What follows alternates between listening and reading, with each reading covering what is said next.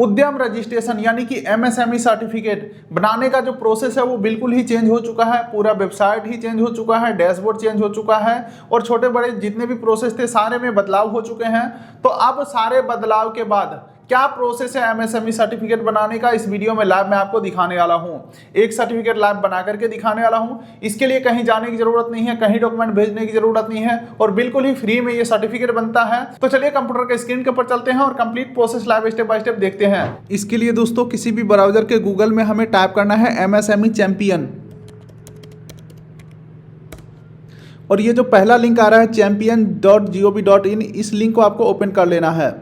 अब उसके बाद दोस्तों इस पेज के ऊपर कहीं पे आपको ऑप्शन नहीं मिलेगा, सबसे नीचे आपको स्क्रॉल करके आ जाना है और यूजफुल लिंक के अंदर उद्यम रजिस्ट्रेशन का ऑप्शन है, इस लिंक के ऊपर आपको क्लिक करना है। फिलहाल अभी ये वेबसाइट बिल्कुल ही नया है, तो गूगल पे आप उद्यम रजिस्ट्रेशन या एमएसएमई सर्च करोगे तो बहुत सारे फेक वेबसाइट खुल रहे हैं, जिस वजह से मैं ये प्रॉपर सही तरीका आपको बता दिया हूँ।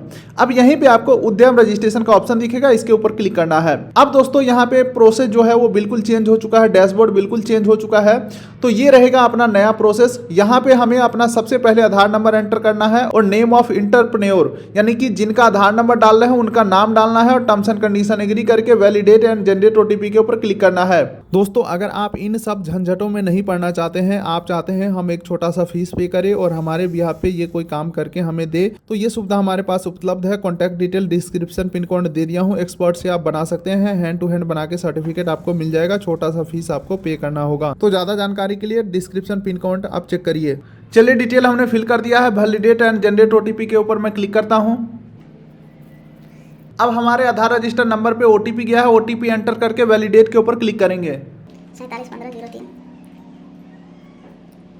चलिए यहाँ पे देख सकते हैं your Aadhaar has been successfully verified, you can continue Udyam registration process. अब दोस्तों हम नीचे स्क्रॉल करते हैं तो यहाँ पे आपको टाइप ऑफ ऑर्गेनाइजेशन यानी कि किस टाइप का आपका कंपनी रहने वाला है, जैसे कि प्रोप्राइटरी यानी कि एकल स्वामित्व यानी कि मैं खुद अकेला बिजनेस का मालिक हूँ तो एकल स्वामित्व होगा यानी कि प्रोप्राइटरी होगा। इसके अलावा पार्टनरशिप या बहुत सारे यहाँ पे ऑप्शन है। फिलहाल मैं यहाँ पे पहले ऑप्शन को सेलेक्ट करेंगे। अब उसके बाद दोस्तों हमें अपना पैन नंबर एंटर करना है, उसके बाद पैन होल्डर नेम डालेंगे, डेट ऑफ बर्थ डालेंगे, टर्म्स एंड कंडीशन एग्री करके वैलिडेट पैन के ऊपर क्लिक करेंगे। चलिए डिटेल डाल के टर्म्स एंड कंडीशन एग्री करके वैलिडेट पैन के ऊपर मैं क्लिक करता हूं। अब यहाँ पे आप देख सकते हैं दोस्तों your PAN detail has been successfully verified का ऑप्शन आ चुका है। आपको नीचे स्क्रॉल करना है और कंटिन्यू बटन के ऊपर क्लिक करना है। अब यहाँ पे दोस्तों कुछ और डिटेल पूछे जा रहे हैं, जैसे कि क्या आपने कभी आईटीआर फाइल किया है, और यहाँ पे ऑटोमेटिक नो आ रहा है क्योंकि इन्होंने पैन कार्ड से डाटा फैच कर लिया है, हमने कभी आईटीआर फाइल किया नहीं है। अच्छा अगला यहाँ पे पूछा जा रहा है क्या आपके पास जीएसटी है, तो अगर है तो यस करेंगे, नहीं है तो नो करेंगे। फिलहाल हम यहाँ पे नो करने वाले हैं। अब दोस्तों नीचे स्क्रॉल करते हैं। अब अगले स्टेप में यहाँ पे पूछा जा रहा है आपके बिजनेस में जो संपत्ति है उसका वैल्यू अभी कितना है डिप्रिसिएशन काटने के बाद। मान के चलो सारे मशीन वगैरह मिला करके 2 लाख का आपका संपत्ति था, लेकिन अगर आप डिप्रिसिएशन हटा देते हो यानी कि मशीन पुराना हुआ है तो डिप्रिसिएट होगा, तो 20,000 मान के चलो उसका हम डिप्रिसिएट कर देते हैं तो 80,000 यहाँ पे वैल्यू हो जाएगा। ये मैं एग्जाम्पल दिखा रहा हूँ, आप अपने हिसाब से डालेंगे। चलिए उसके बाद यहाँ पे अगला बोला जा रहा है आपने पिछले फाइनेंशियल ईयर के अंदर पॉल्यूशन कंट्रोल या रिसर्च एंड डेवलपमेंट के अंदर कितना खर्चा किया है, या सेफ्टी डिवाइस ड्यूरिंग 2023-24 यानी कि सेफ्टी डिवाइस के अंदर जैसे कि फायर हो गया और भी कुछ इक्विपमेंट हो गया। मान के चलो इस कैटेगरी में हमने 20,000 रुपया खर्चा किया था। तो अब आप यहाँ पे देख सकते हैं 80,000 का हमारा सामान था, 20,000 हमने खर्चा किया है।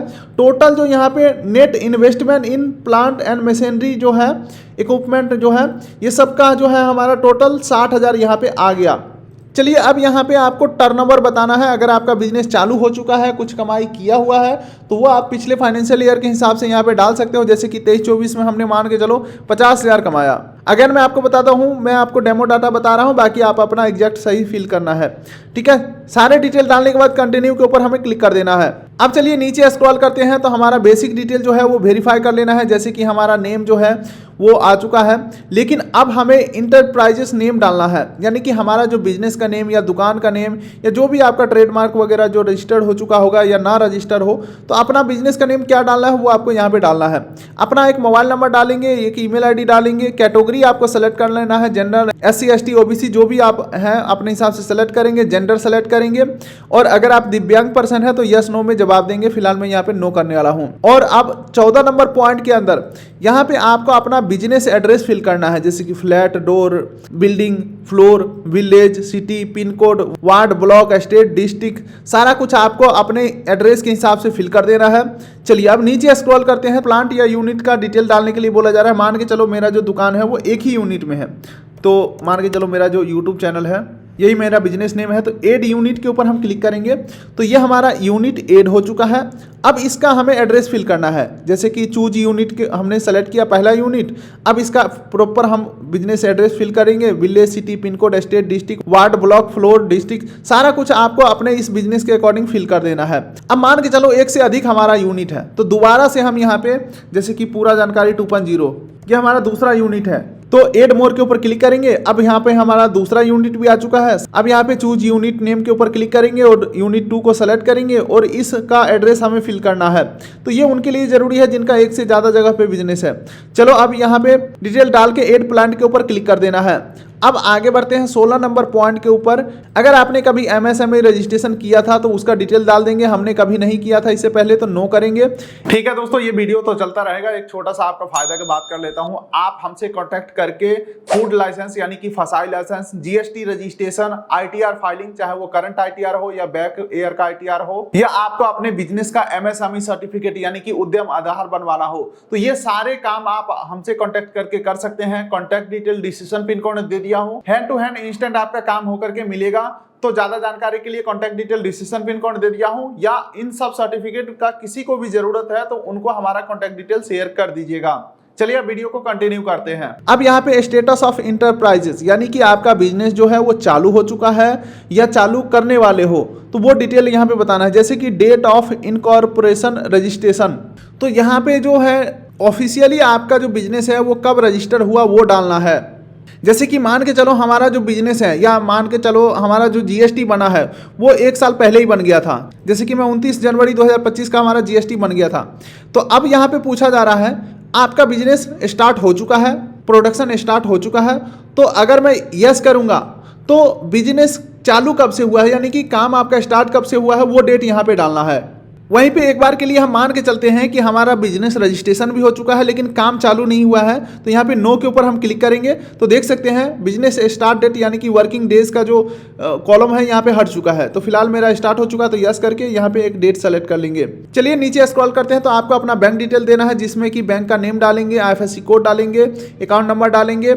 उसके बाद मेजर एक्टिविटी ऑफ यूनिट, आपका जो बिजनेस है वो किस टाइप का है, जैसे कि मैन्युफैक्चरिंग है या सर्विस है, कोई सामान को आप बनाते हैं या सर्विस सेल करते हैं, जैसे कि हमारा कंसल्टेंसी का काम होता है, GST, ITR, फूड लाइसेंस, तो ये सब सर्विसेज हो गया। तो फिलहाल मैं यहाँ पे सर्विसेज के ऊपर मैं क्लिक करूँगा, आप अपने हिसाब से सेलेक्ट करेंगे।